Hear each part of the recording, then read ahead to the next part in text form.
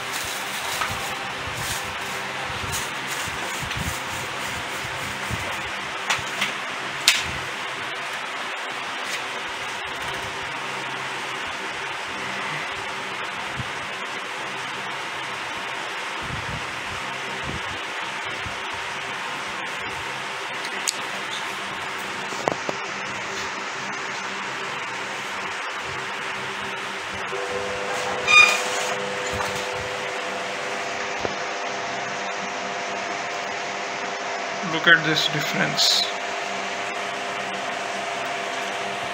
Just we replaced print head with same setting.